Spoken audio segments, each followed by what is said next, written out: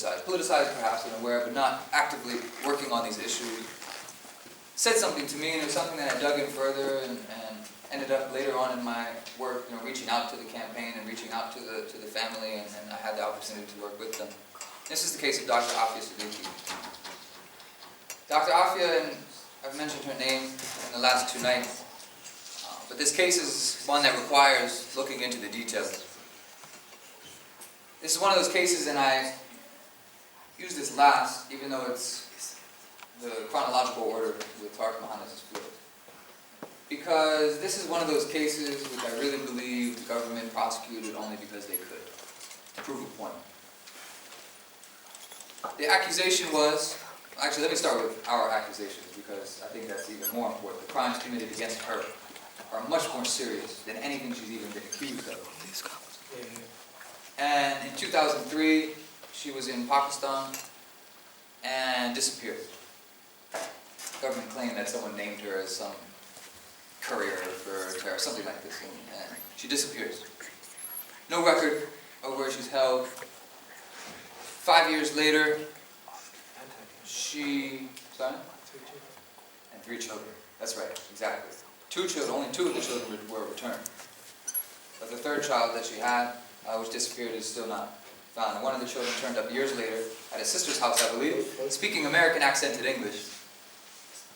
And she pops up now 5 years later in Afghanistan in a daze, apparently, like stunned, visibly out of place, just really out of it. And she's arrested, she doesn't even make it a block.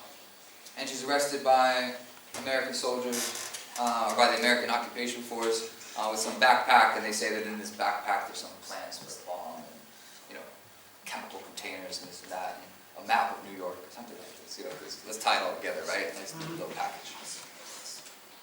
And as she's being held now in Afghanistan by the American military police, the story goes, now this is the American government story, is that she was chained up, and somehow she gets a hold of a rifle, like one of the Americans' rifles, and somehow shoots at these soldiers, misses all of them, obviously, and then in self-defense, the Americans one of them shoot her in the torso, I believe it was. She was injured. And on this charge of attempted murder of these American occupation troops, essentially, she is flown back to New York and tried in this great big show trial. I think it was the New York Post had this big headline on the front, Lady Al-Qaeda. I mean, that's not how you say Al-Qaeda, but it sounds better if you kind of rhyme in it, internal rhyme. This big show trial, and finally she's convicted. She denies all charges, of course, and she's convicted, finally sentenced to 86 years. For attempted murder. When she was the only one harmed, in this case, and literally it seems so physically impossible for even this to occur. Yeah.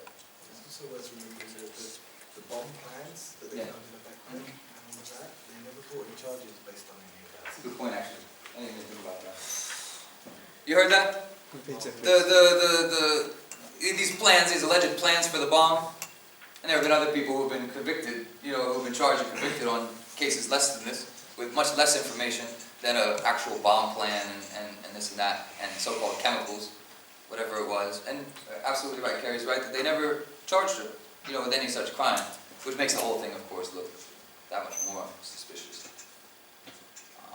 After the fact, there are reports that there are other prisoners held in American black sites in Afghanistan that put her in other prisons. In Bagram Air Base, I think, was the one that that people thought that she was there. Please, yeah, absolutely. I could translate for you. Yeah, the case I was talking about, Mazam, the woman in the cell, people identified that woman as that basically that she was with the That's where we found out about her. She was called the Grey Lady of Dublin. Right. I didn't realize that was Mazam. He was the one who first found her, but we didn't put it was her.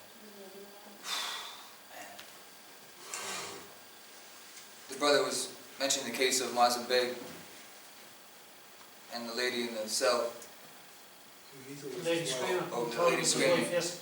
And this was, it's suspected that this was Dr. Afia Siddiqui, that she was tortured, that she was raped, by Americans while in their detention in these black sites in the military base here. It was in the 5 years that she was Disappeared, right? That she was exactly unaccounted for. I didn't actually know that connection. That's disgusting. I think the case explains itself, and I'd like to reiterate, that this case stands as one of not just a shame, of course, on the American government and the whole last 20 years, and you could argue the whole settler colonial history of America is a big shame on the institution itself. But it's also, and I'll say many American Muslim leaders feel the same, that this is a shame on us, that we've been unable really to rally mass movement to free her. And such is the level of, it's not even apathy. I can't say that. I can't say it's apathy. But such is the level of fear, such is the level of internalized Islamophobia and bigotry that many Muslims in America have, that we've been unable really to organize, to put serious pressure on the American government to free her. Once in a while, pressure comes from Pakistan. Once in a while, a group overseas will kidnap a soldier. Not kidnap, that's not fair, because the soldiers aren't on their own land. They arrest them.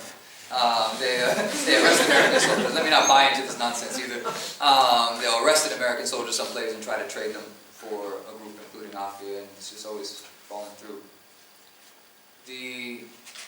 And I say that, and I include that, we're not here in America, I want to share that to caution all of us, understanding that a generational link is needed. And this is true for the Islamic struggle, and this is true, I understand, from our hosts, this is needed in the Irish struggle as well. That we need to make sure that we are, for the youth here, that we are educating ourselves and others and connecting with these struggles and making ourselves part of it, making ourselves useful in it. And for my esteemed elders here as well, that we're doing that. That we're doing that work, and that we're making those connections, that we're organizing. Because these people, these are lives, these are families. And the oppression, as Dermot was saying, it's bad enough that they're in prison innocent. But what they do to them when they're in is almost even more shocking than the imprisonment itself.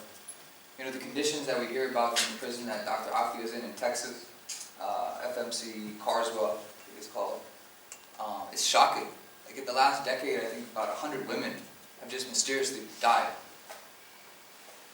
Just suicide rates. And they say it's suicide, yeah. The suicide rates, confirmed suicide rates, are 10 times higher than any other prison in America.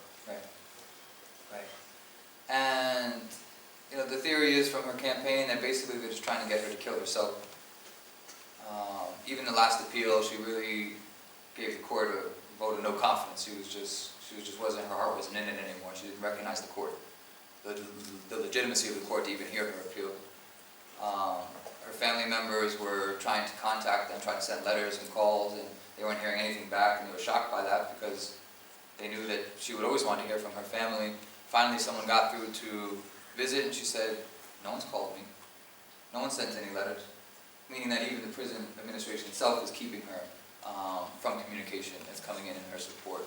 All the letter writing campaigns, the postcard campaigns that people have led, trying to get correspondence with her to let her know that people are thinking about her, that people care, that people are ready to stand up to support. They shut this down as well, and this is part of the oppression of the prison system as well. The CMUs, the communication management units, I forget what you guys call them in the UK, but these are basically solitary confinement for everybody. We have CMUs in Colorado and a couple states in the United States that are huge percentages of which are Muslims. Huge percentage of Muslims, 23 and a half hours a day in solitary confinement.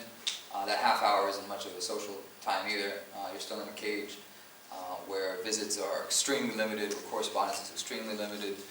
You can't really have much of anything. Many of these guys aren't allowed congregational prayers even.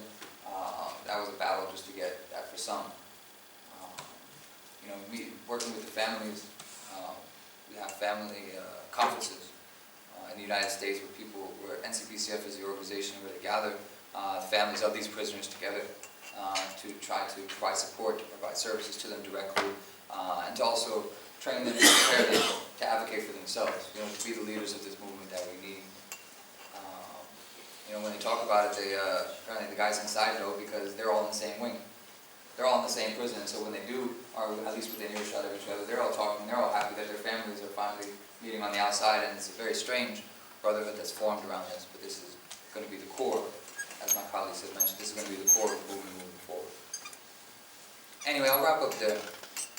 These were 3 cases, and there's so many others. Hundreds, literally hundreds of cases.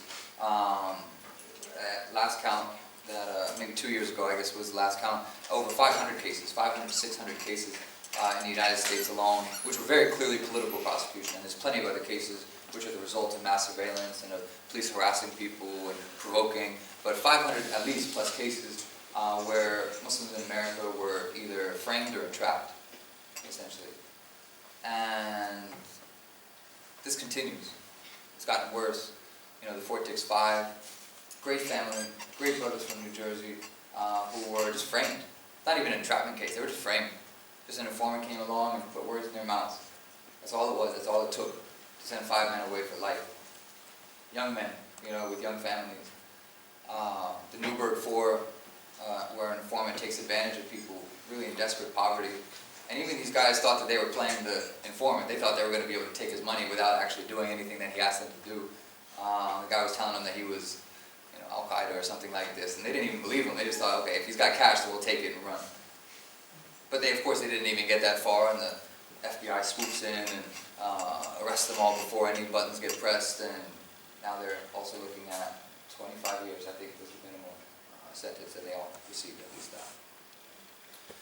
People with mental and emotional disabilities, people like Ahmed Farhani, people like Siraj Mateen, guys who literally an informant was taking them by the hand, convincing them to play even minor roles, in some, not even plots usually. Like Ahmed Farhani, this informant finally, after convincing him to drop out of college, after convincing him to